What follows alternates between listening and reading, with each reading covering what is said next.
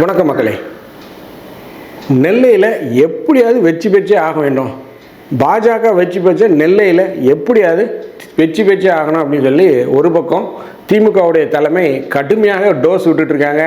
உடன்பிறப்பே வா அப்படிங்கிற நிகழ்ச்சியில் திமுக கட்சியில் இருக்கக்கூடிய நெல்லை மாவட்ட பகுதியில் திமுக தலைமை ஸ்டாலின் கடுமையாக டோஸ் விட்டுருக்காரு. தோற்று போனீங்கன்னா உங்கள் மாவட்ட செயலாளர், வட்ட செயலாளர், ஒன்றிய செயலாளர், சதுர செயலாளர் எல்லா பதவியும் பிடிங்கிடுவேன், எல்லாரும் கண்டிப்பாக வெற்றிக்கு பாடுபடுங்க அப்படின்னு சொல்லி கடுமையான ஒரு அழுத்தத்தை திமுக தலைமை நெல்லை மாவட்ட திமுகவுக்கு கொடுத்துக்கிட்டு இருக்கு.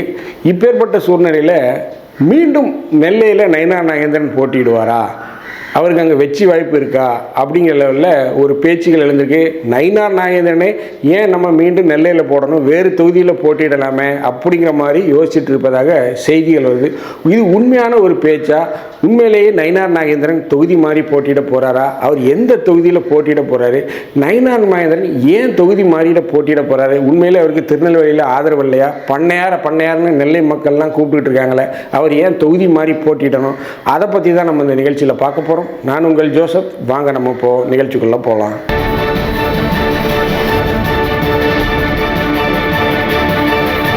திருநெல்வேலி தொகுதியுடைய எம்எல்ஏவாக இருப்பவர் தற்போது பாஜகவுடைய மாநில தலைவர் மதிப்பிற்குரிய திரு நயினார் நாகேந்திரன் அவர்கள் ரொம்ப மெச்சூர்டான அரசியல்வாதியாக தான் நான் அவர் பார்ப்பேன். எங்கேயுமே ரொம்ப அதிர்ந்து பேச மாட்டார், கடினமான வார்த்தைகளை பேச மாட்டார், ரொம்ப சைலண்ட்டாக இருப்பார், பாலிஷான ஒரு அரசியல்வாதி அப்படின்னு சொல்லுவேன். பட் ஆனால் ஒரு திறமையான அரசியல்வாதி. எங்கெங்கே காய நகர்த்தணுமோ எதை செய்யணும் அதை கமுக்கமாக செய்யக்கூடிய ஒரு ஆள் தான் நயினார். ஒரு கை தேர்ந்த அரசியல்வாதி. அப்பேற்பட்ட நயினார் நாகேந்திரனை நெல்லை மக்கள் பார்த்திங்கன்னா பாசமாக பண்ணையார் அப்படின்னு தான் அழைப்பாங்க. அவருக்குன்ற ஒரு செல்வாக்கு இருக்குது நெல்லை மாவட்டத்தில். அதுவும் பார்த்திங்கன்னா அந்த சிந்துபூந்துறை, முருகந்துறை இந்த ஏரியாக்கள் அவருக்கு ஒரு நல்ல செல்வாக்கு இருக்குது. அப்பேற்பட்ட ஒரு மனிதர் தான். அவருக்குடைய வீட்டுக்கு அமித்ஷாலாம் போய் விருந்தெல்லாம் வைத்தார். தமிழக அரசியலையும் சரி, தேசிய அரசியலையும் அவருக்கு ஒரு பாஜகவில் ஒரு மிக முக்கியமான நபர். அவர் மீண்டும் நெல்லையில் போட்டிட்டால் வெற்றி பெறுவாரா? அந்த அளவுக்கு அவருக்கு மீண்டும் மக்கள் வாய்ப்பு கொடுப்பாங்களா? மக்கள் அவர் மேலே நம்பி ஓட்டு போடுவாங்களா? அப்படிங்கிற ஒரு பேச்சு வந்திருக்கு. நெல்லையில் அவர் மிக முக்கியமான பணிகளை ஏதாவது செய்திருக்காரா? மக்கள் நல பணிகளை ஏதாவது முக்கியமான திட்டங்களை கொண்டு வந்திருக்காரா மக்களுக்கு பயன்படக்கூடிய விதத்தில் அப்படின்னு பார்த்தீங்கன்னா அது 100% இல்லை அப்படின்னு தான் சொல்லலாம். ஒரு எம்எல்ஏவாக இருக்கிறார், ஏதாவது ஒரு சில முக்கியமான திட்டங்களை கொண்டு வரணும், அதான் மக்கள் எதிர்பார்த்து ஓட்டு போடுவாங்க. பட் ஆனால் அவரால் செய்ய முடியாது. ஏன்னா அவர் பாஜகவில் இருக்கார். இவர் எதுவும் ஒரு கோரிக்கை கொடுத்தாலும் தமிழக அரசு செய்யாது. அது ஒரு பக்கம். பட் இருந்தாலும் இவருக்கென்று இருக்கக்கூடிய தொகுதி நீதி அதெல்லாம் இருக்குது. இவருக்குண்ட செல்வாக்குகள்லாம் பயன்படுத்தி சில விஷயங்களை செய்யலாம்.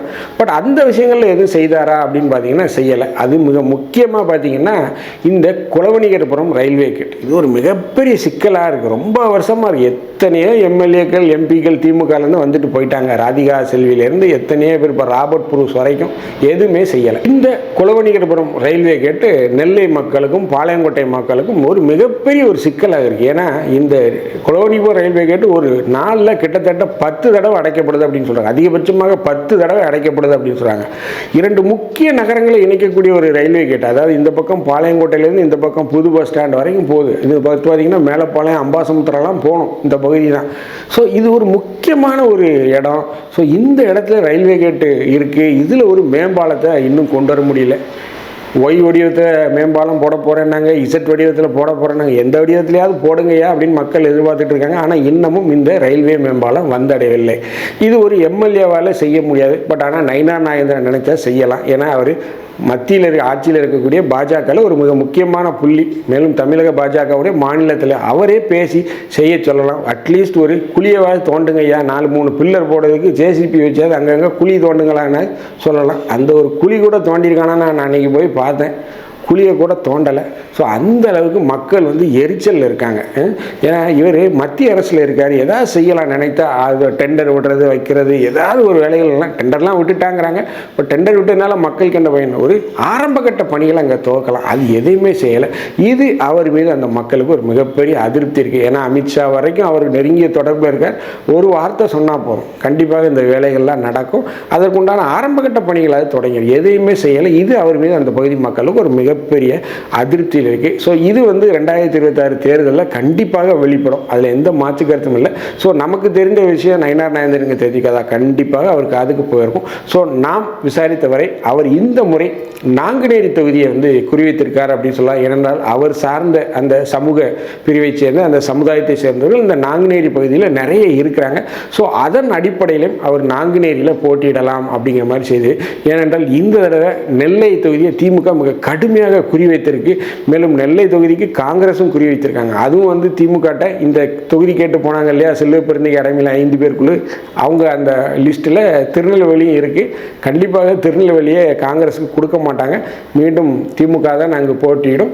அப்பேற்பட்ட சூழ்நிலையில் கடுமையான ஒரு நெருக்கடி வரும். திமுகவும் பயங்கரமாக டஃப் கொடுக்குறாங்க, நம்மளும் போய் போட்டிட்டால் நம்மளால் ஜெயிக்க முடியுமா அப்படிங்கிற ஒரு சிந்தனை நயினார் நாகேந்திரனுக்கு வந்திருக்கலாம். ஸோ அதன் அடிப்படையில் கூட அவர் தொகுதி மாறி போட்டியிடலாம் அப்படிங்கிற ஒரு எண்ணம் வந்திருக்கும்.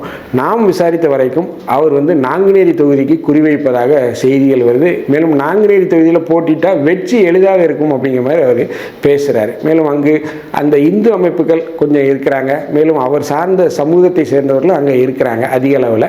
ஸோ அதனால் கொஞ்சம் வெற்றி பெறலாம் அப்படிங்கிற லெவலில் ஒரு கணக்கு அவருக்கு வந்திருப்பதாக செய்திகள் வருது.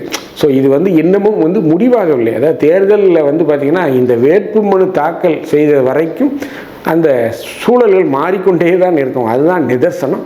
ஸோ என்னை பொறுத்தவரை நயினார் நாகேந்திரன் இந்த தடவை வேறு ஒரு தொகுதியில் போட்டியிடுறதுக்கு வாய்ப்பு இருக்குது. அது குறிவைத்த தொகுதிகளில் நாங்குநேரி தொகுதியும் உண்டு, வேறு தொகுதிகளையும் அவர் குறிவைத்திருக்கலாம். அவருக்கு வெற்றி வாய்ப்பு எங்கெங்கே இருக்குதுன்னு சொல்லி அதுக்கு ஒரு டீம் இருக்கிறாங்க, அவங்களும் ஒர்க் பண்ணிகிட்டு இருக்காங்க. ஸோ வேறு தொகுதிகளையும் அவர் குறிவைத்திருக்கார். நமக்கு கிடைத்த தகவல் என்ன, அவர் நாங்குநேரியில் போட்டியிட வாய்ப்பு இருக்குது அப்படிங்கிற மாதிரி தான் செய்திகள் வருது. இந்த வீடியோ உங்களுக்கு பிடிச்சிருந்துச்சுன்னா தயவுசெய்து லைக் பண்ணுங்கள், ஷேர் பண்ணுங்கள், சப்ஸ்கிரைப் பண்ணுங்கள். மறக்காமல் உங்கள் கருத்துக்களை கமெண்ட் செக்ஷனில் சொல்லுங்கள். நன்றி, வணக்கம்.